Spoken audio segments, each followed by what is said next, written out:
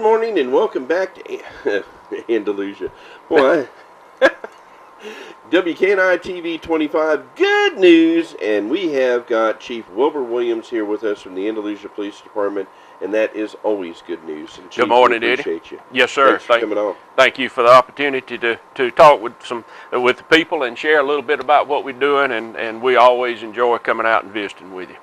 Well, we believe in getting the word out there to the community. Our new, brand for the TV station when we get uptown is going to be the community television station, because it's about the community. It's not about Eddie. It's not about the TV station. It's about our community. And we have to have the respect and honor to have you people come on that operate the community and are responsible for the daily functions in there. And some things are pretty, some things aren't, but it all has to be done. Well, and that's certainly the way it is, and what we want is just the facts. You know, old Jack Webb had it right many years ago. Just the facts, ma'am, just the facts. And we don't hide behind anything, and all we want is, if you're going to tell a story, tell it right. Tell the truth. Don't embellish it. Don't have a hidden agenda. And that's one of the things. Hopefully, in the next few days, we will have some announcements about some new technology and new direction that the police department will undertake to facilitate getting the truth out, getting the facts out in a timely manner. And you know, from being involved in it over the years, that having to do press releases and over the weekends and at night, and that creates problems, because if it's after hours, and let's say an investigator's tied up on a serious felony case, well, I really don't want to take away from his investigative effort to require him to sit down at the computer and do a press release. And you fuss about it, and others fuss about it, but then it just doesn't make sense, and I have to accept that responsibility. That's my standing order, that the detective, the investigator, the officers working on the case, they handle the case first. They serve the citizens, they serve the victim, and then when we get around to it, then we'll get the news release out. We're not hiding anything. It just doesn't make any sense for me to take away from the importance of an investigation to require that officer to come back to the office or to stop what he's doing to write a news release. So we're going to have some announcements here shortly, and we're excited about it and looking forward to it. And the one thing you and I talked about earlier that I wanted to make sure, and of course you utilize it regularly, and it's been available for some time now, is we have a crime report on the internet, which within approximately 20 to 22 hours, most every crime that occurs in Andalusia is posted on the internet on a Google map. And if people want to, if they'll go to our website, AndalusiaPolice.com, and there's we're here now. Yeah, and there's a connection there that shows it to crime report. It's right there where it says live crime report. Live crime report, and our statistics, our postings are, like I said, it's not live. It's about a 20 to 24 hour delay there for our secretaries to get that data entered. The Crime Report US then extracts that information and posts it, as you can see, on the internet. So if people have questions about it, go on there and look. You can see where the incidents have occurred, and that's what it's there for. That's why we pay that money to have this program available. And as far as we know, we're the only agency in this part of the country that has a reasonably live crime report available to everybody, so you don't have to wonder. You can go online and search it and find it. Well, we're looking at it now, Chief, and let's just, I guess, Barron Street and, let's just go down here to Church Street. Let's see. And it says right there, on the 15th, which would be 2 days ago, the 400 block of Church Street, unlawful breaking and entering of a vehicle, Andalusia Police Department. That's correct. And if you'll notice, we put the 400 block, Eddie, because, the victims of crime have already suffered enough. They've been broken into, their property stolen, they've suffered a harm, so we don't put the exact number, the house number. We will put a block number. And that way it just gets you to the general neighborhood without specifically identifying Mr. and Ms. Smith or Mr. and Mrs. Jones. So that's the way those will be reported in the block. And again, we go to Chestnut Street, the 100 block, burglary 3rd degree, at 3:45 a.m. What I like about this is, like, this past couple of weeks, there's been a crime spree. Okay, I'm just using that because that's what's out there. The vernacular. Yes, and you can go on here, and this is one of the first things that we saw was this, and then the crime or the jail report that we get every morning, and we saw, you know, the arrest for, you know, so and then, you know, it's all there. I mean, that's an instant press release to me. Well, and that's particularly what it's for, because if you can see something, it's a lot easier to understand than if you're just hearing words. So that's why we have the map and the little icons there, and it shows you can click on those, and then it brings up the particulars. But in the particular instance that you're talking about, once again, we just encourage the citizens to help us just a little bit. The spree or the little rash that you referred to occurred a couple of weekends ago. A person that's addicted to marijuana and alcohol wanted to get high. He didn't have any money, so he went walking. He was on foot. He walked down Snowden Drive. He crossed over to Moore Road, and he continued south on Moore Road, and he would deviate off onto the side streets, and whatever cars he found open, he would take whatever was there. Well, we would not have had a single burglary that night had those people simply locked their doors. And, you know, we can't adequately patrol in driveways and carports. So once again, folks, take that little bit of effort. Help us help you simply lock your doors. Well, it was reported that this vast number, and I think for some reason it seems to be a popular number that wants to be reported, that there's 20. Well, no, there weren't 20. But the ironic thing about it, when all this false information was being put out, the suspect was in custody. And it made it seem like, oh, we've got this rash, you need to call law enforcement right now and help them solve this. Well, no, the cases were solved. The suspect was in custody, and here is a perfect example of what I was talking about just a minute ago. Do you suspect that one of those victims of that burglary, or the average citizen in Andalusia, would tell me, Wilbert, stop that investigation, shut it down right now, and I want that detective to take the time to make a press release? Probably not. But because we don't have the opportunity to get that heads-up information out up front, then, you know, we take our licks on it, and we big boys, we understand what the purpose for it and the motive behind it, but it's not fair to the public to cause concern in the community, to make it seem like there's something there that's not. So we're going to do our best to address that issue shortly, and we think it's going to be in the right direction. You know, we do the best we can with what we have to do with, unashamedly. And as I mentioned to you before, Eddie, I will just challenge anyone, if they want to criticize law enforcement in the city of Andalusia, just give me an objective report. You know, be objective with it. Don't come in there with a hidden agenda. Don't come in with a biased and prejudiced opinion to start with. Come into it open-minded and judge us objectively.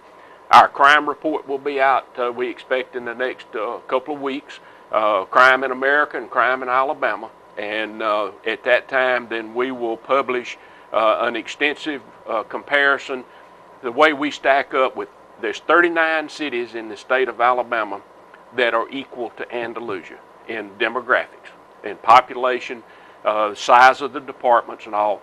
And yeah, some are better, some are worse. We're proud of what we do, and we'll let the public judge us when the report card comes out shortly, and we'll certainly make that available. We'll publish it, we'll have it out, so we're looking forward to that here shortly.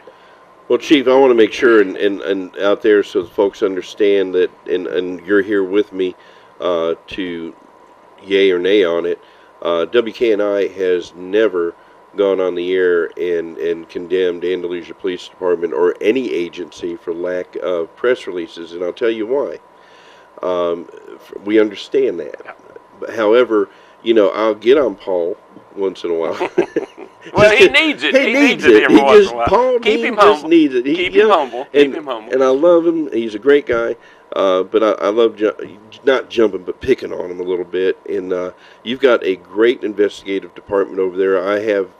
I'll tell you that investigative department has not looked as good in the past as it does today. That's the one thing that I am as proud of as most anything else, Eddie, because accept the principle, accept the fact that things are going to happen. Right. There's no way we can stop anything. Look at Montgomery. Who in the world would ever have thought here in half the year almost they've had the number of homicides that they've had. So things are going to happen. But I ask the public to judge us on what we do once they do happen. And that's where the investigators come in to play, and that's where they're so important. And as I said, I'm as proud of that bunch as I am of anything else that we've done. These guys put a lot into it. They've got their plates are absolutely full, but they just keep asking for more. They keep accepting more. And, when you look at it, at what our capabilities are, Eddie, you show me a police department in the state of Alabama that has 32 officers from a city of population of roughly 10,000 situated like we are here in Andalusia.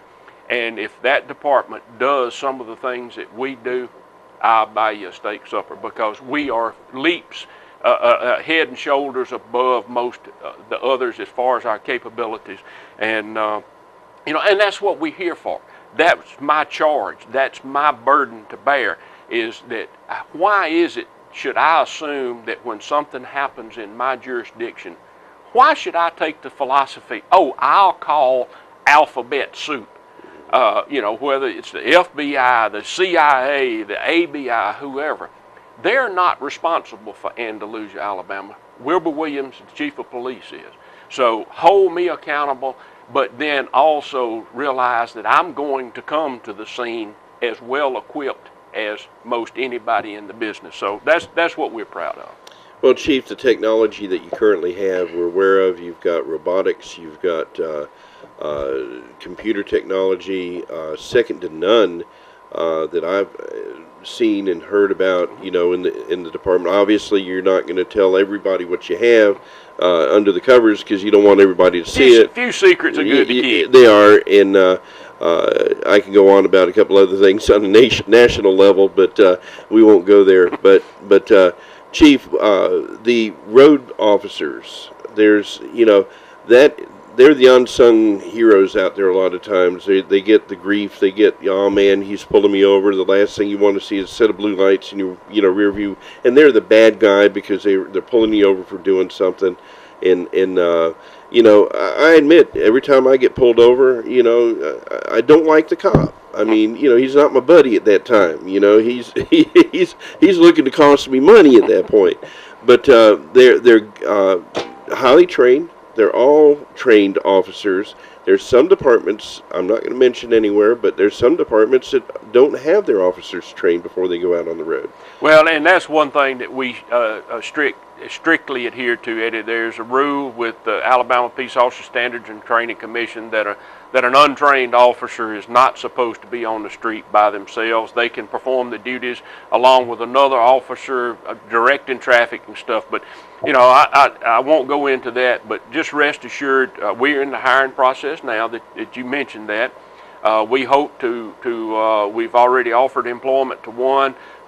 He has accepted a young man that's previously certified that we're excited about. We have another one that's a little more seasoned, and he's mulling over my offer, and we expect an answer from him shortly. We have a young man that we're looking at that's absolutely exceptional in his way. He's not certified. He will have to go to the academy, but we're excited about it. But let's get back to the right. guys and the gal that ride the streets of Andalusia, that offer the front line or the first line of protection to our citizens. And yes, you had one of your callers commented about the speeding problem on the bypass between Hardee's and Walmart. And you know, Eddie, and you and I have talked about it over the years, and just here a few minutes ago, and I explained to you, I could put every officer I have, including myself, out on the street with a ticket book, and we could honestly write tickets all day long and well into the night every day of the week. And there's just absolutely no way in the world for me to put enough officers on MLK, either on the west side or the north side or out on the east end. There's no way I can put enough people out there to stop incidents of speeding. You know, so we do the best we can. We try to appropriate part of our patrol time to traffic enforcement, but realize that those people that are writing the traffic tickets are also the first responder. That's going to be the person that responds to the wreck. That's going to be the person that responds to the burglary in progress. That's going to be the person that responds to the shots fired. And our biggest one that plagues every police department, those proverbial domestic calls that we have to answer. One of the most dangerous calls to answer. It's unbelievable when you analyze domestic abuse and domestic violence in this country, all the harm that it does, all the nuances of it. And yes, it's a tremendous burden on everybody. It's a burden on the health care, it's a burden on law enforcement, it's a burden on the social services. Domestic violence and the nuances of it are just widespread. So we do the best we can. We do write a number of tickets. I encourage my officers to enforce those laws with that sense of discretion, and to try to understand that, you know, we're all working people, and we have to make a payday. We have to put food on the table, and all we want is compliance. We don't want to have to enforce the law. We would rather that our citizens just comply with the law. And if they would do that, then that would certainly free us up a lot of time to address the other issues, the drug problems, the crime problems. So yeah, it's an issue, but we do the best we can with it, and we hope that the public understands that we take that approach.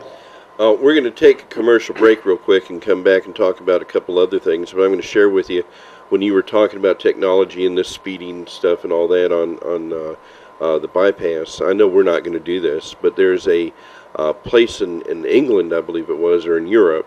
They've got, you see those little things that they put in cars now for like insurance companies that do a readout or whatever. The black box. Yeah. Mm-hmm. Well, Progressive gives you a little thing to stick in your car, okay, that gives you or tells them, it records the actions of braking, the gas, acceleration, and all that. Well, in this town in Europe, they've got one that I read on the internet that is a transmitter, and it gives out the information on the vehicle as it's going out. And there's receivers in the town that pick up the information, and if you're over the speed limit, you get a ticket in the mail. You get a ticket in the mail. Similar to the red light cameras. Yeah, so. And I was like, wow, now that bites. You don't have to worry about it. You do it, you break it, you're going to get a ticket. You run a stop sign and illegal. It's got everything, in it. So who knows? I'm not saying get it, because I know I don't want no ticket in the mail. Well, but, George Orwell had a lot of things right a long time ago, didn't he? And man, what technology has meant for us. It has. But I saw that and I was like, golly, because they do it now with electrical and water and gas and all that. They've got these electric meters that transmit out all the information, and they put the same technology in a vehicle, and then you've got, you're in a 35 mile an hour zone. Your car is transmitting out, that it's doing 45, and the thing picks it up, and it's got what they call an EIN, electronic identification number for your vehicle. Yes, sir. Okay, and it sits there and says, okay, speeding ticket for Eddie, and boom. Well, that's hopefully we won't have to resort to that here in Andalusia, but we appreciate it, folks, if you'll just comply with the law. There you go. We're going to take a quick commercial break. Remember, you got keep it real. Keep it real. Keep going in it. We'll be back with more with Chief Wilbur Williams from the Andalusia Police Department. Thanks a lot, Chief, for coming on. Yes, sir. Good morning and welcome back to WKNI TV 25, where we have the pleasure this morning with good news of Chief Wilbur Williams on our set with us. And hey, Chief, we're moving downtown. I have watched the developments and see you coming. You know, of course, that's right around the corner. So we'll be glad to have you back in town. And can I put one of those cameras in your office? What's Chief doing now? Yep, get me a nap. Getting that siesta, yes, afternoon sir. siesta. Yes, sir. But no, you know, I ain't never gone over there and not seen you with a bunch of people in your office or on the computer or running around trying to get something done. And well, we stay busy, Eddie, and I think that the one thing I like to do is I try to set the example. I tried to do that from day one. And I try to do that each and every day because I'm a firm believer in the managerial philosophy that the head sets the tone for the rest of the organization.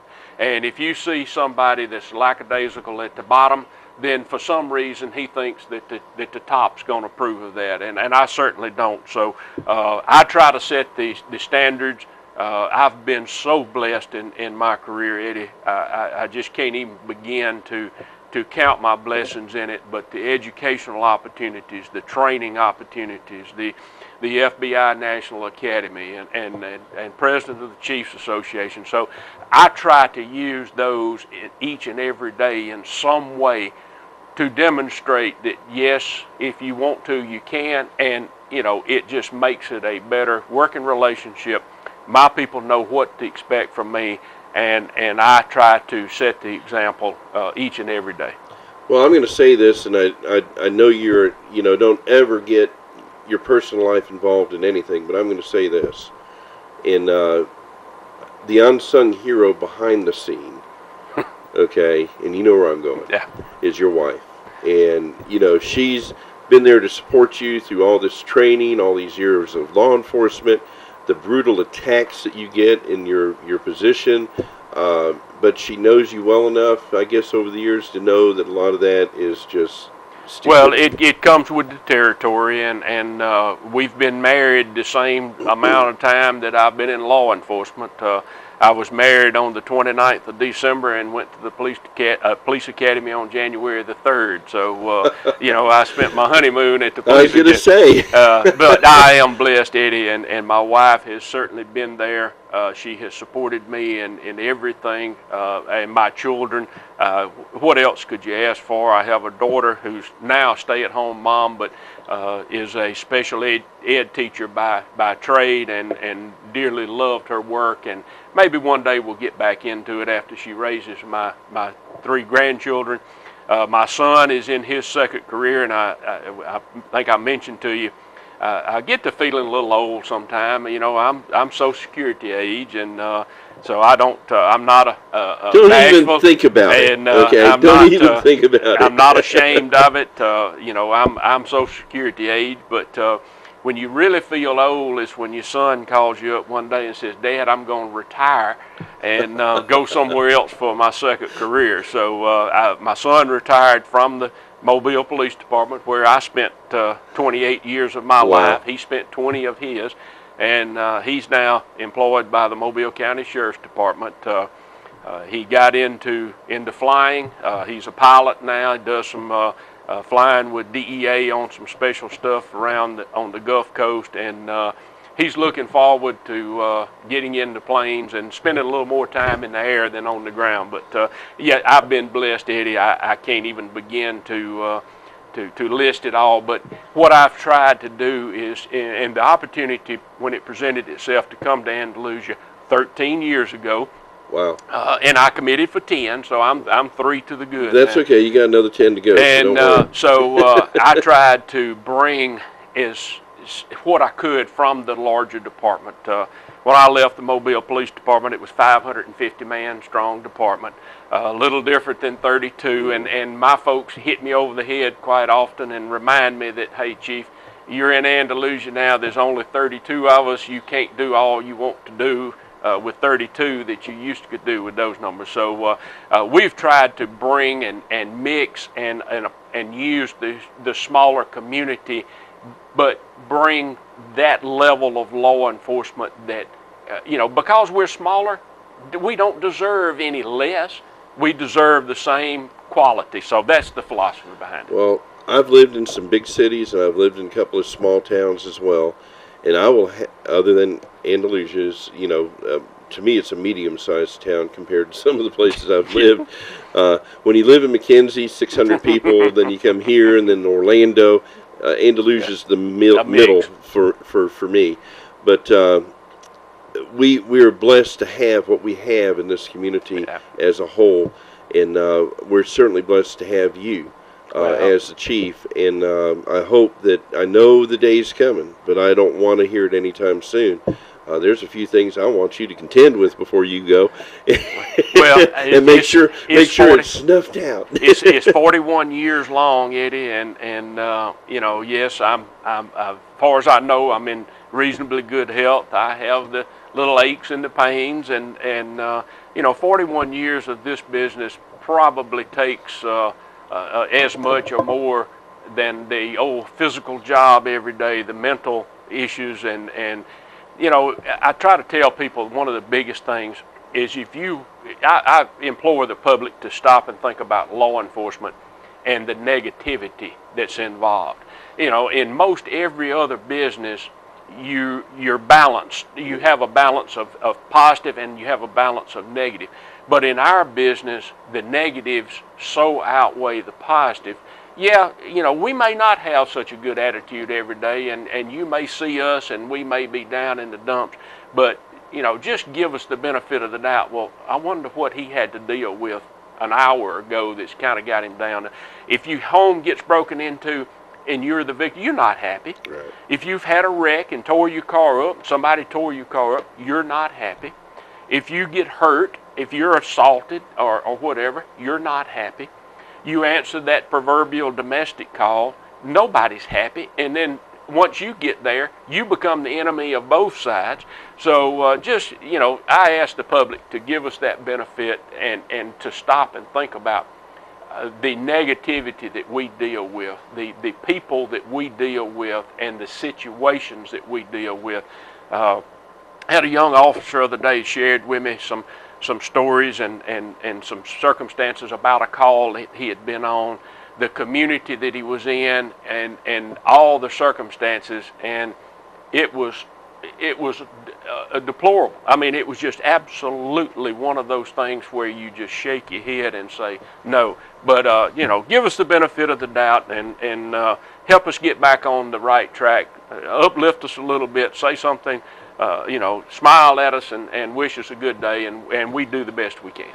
Well, Chief, I'll always do that, no matter whether I'm in a good mood or a bad mood, because I've served the public as well in the past, and a lot of times, and I'm not saying anything. Firemen are always the heroes, okay, and rightfully so. Okay, they're always out there doing their job. Well, the analogy. People look up and see the red lights coming, and they say, "Oh, here comes help. The nice fireman's going to help me." They look up and see the blue lights, and here comes that ticket, or my butt's going to jail. Yeah, it costs me money. It's going to cost me money. I saw something on Cops Reloaded or whatever it was last night, and when you mentioned that, it just hit me. This guy gets pulled over, or he runs, okay, and they get him finally. And he's in the back of the patrol car, and the guy sat there and he's blaming the cops. How come you keep harassing me? How come you keep throwing me in jail? I'm sick and tired of going to that jail. And this guy is just really, every time you guys see me, you're throwing me in jail for something. And the cop looked at him and says, well, stop doing what you're doing. Change your habits a little bit. I don't want to put you in jail, but just change a little bit. We're going to change a little direction here because there's two more things I want to cover before we get out of here today. And first, there's been some discussion about the city buying the building behind the police department. We talked about this last time I think you were here. I might have talked to Mike Jones about it. But could you please share with because it's come under fire, okay? And the security of that courtroom, your officers are there, okay? But you don't want to go into great detail about it, but it's not a very secure building. Well, first of all, it's just outgrown the space that's allocated for municipal court. Eddie, and we've talked about it. Judge Jones has been concerned about it since day one, and it is. You know, you can always say that it's not necessary, that it's not needed, but unless you are there every day, and if people come into that environment, and some of those that have been so vocal have been there, they know what the circumstances are, they know what the layout, and you know the history of some of the instances that have occurred in courtrooms and whatever, and so can we automatically assume that nothing like that's going to happen in Andalusia? No, we cannot. We have to prepare for the worst and be happy with anything less than. So this move would facilitate and present the opportunity for the city to create an environment that would be so much better for everybody. Now, the people that are coming in there that are going to stand on the other side of the bench in front of Judge Jones, they may not agree with you. But as far as the physical layout, the opportunity to expand and the opportunity to have a first-class setting for court and all, this presents us with an excellent opportunity. It's very realistic. It's very cost-effective because, if we don't save but one life, or if we prevent one injury, or just the setting itself, for the people that have to face justice to come in there and have a decent environment to hear their case and to have their case heard, it's a good thing to us, and we support it 110%, and have discussed it with the council and expressed our concerns and made those things, the security issues that you mentioned. So we've been vocal about it, and we continue to support it, and we think it'll be a good situation. I'm looking at the camera right now on the square that we have access to from the city of Andalusia. Cameras are very important to, and I just want to touch on this lightly, people are talking about, crime going on and stuff. Downtown is a pretty secure place. You don't have to have an officer. I remember days on nights that used to have 2 or 3 or 1 to 2 police officers sitting on the square somewhere. Okay, and now you've got, 2 cameras, 3 cameras out there? There are a number of cameras, and of course we are one of those, and contrary to what most private citizens would say, we like cameras. We would like to have them everywhere because it does present us with some evidence that, and the only defense to it is you've got to convince that jury, ladies and gentlemen of the jury, don't believe your lying eyes, because that's the quality of evidence that right. The cameras do. But yes, it's we have had such little, so few complaints up around the square. We finally got the teenagers. We still have a few that want to hang out, and if is it okay for them to hang out? If they do it in the right manner, if they clean up after themselves, I'm not going to tolerate beer bottles and beer cans and other items that have been found there.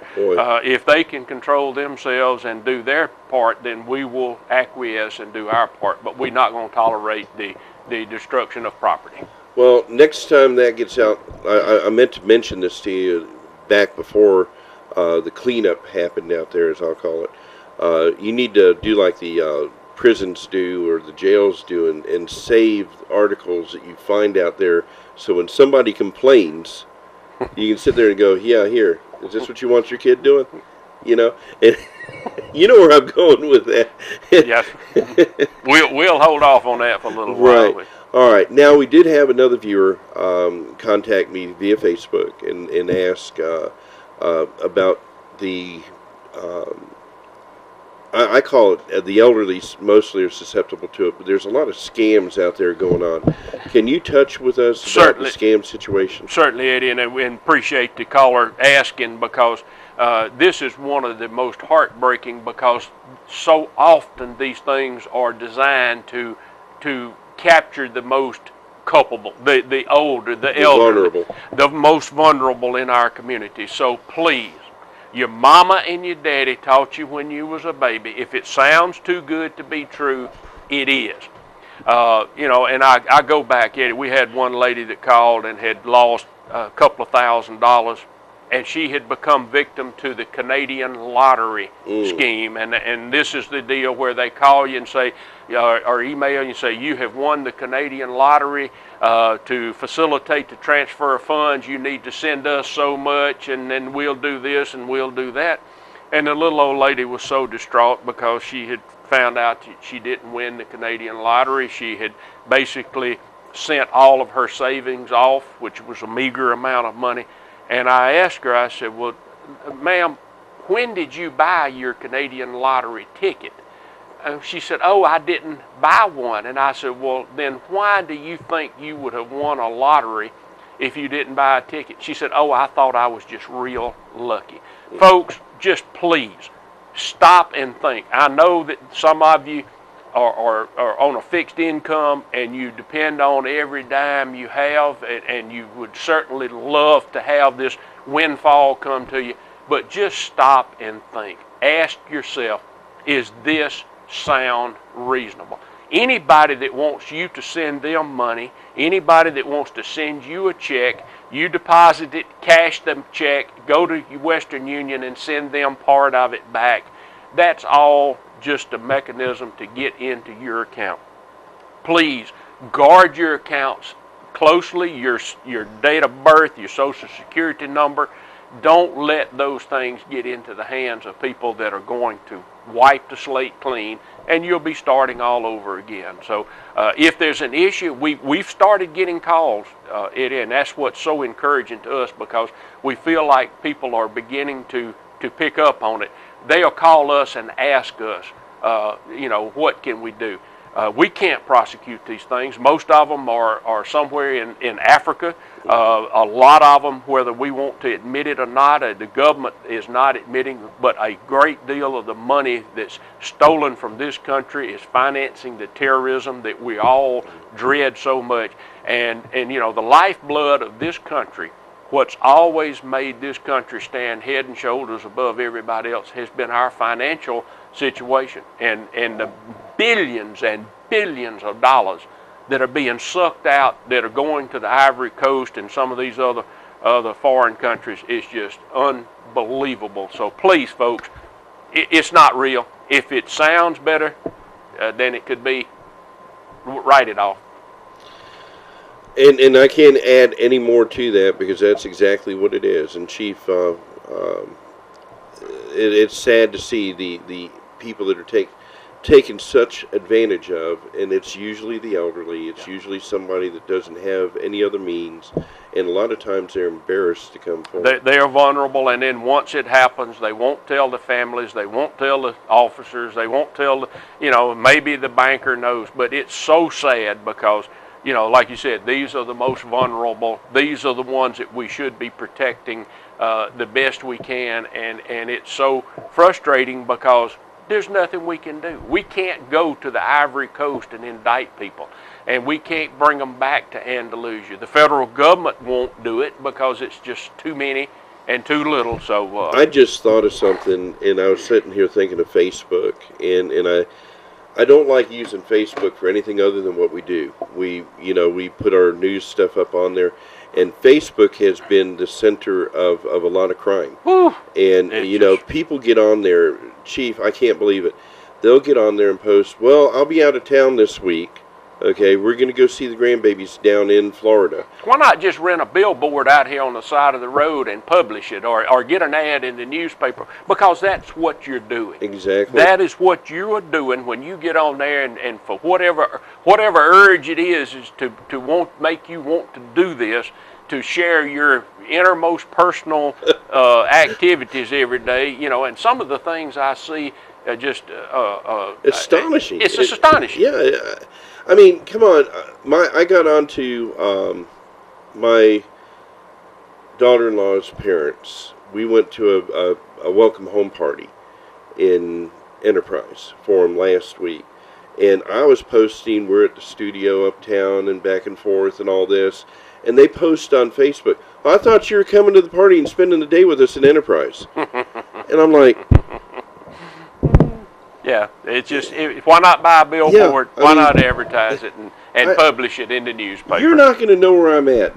You know, I'm sorry, but people do that. And the other thing I found out, Chief, about Facebook is a lot of people that befriend you on Facebook. See, that word is so key, friend. Yeah. Okay, how many people do you really know?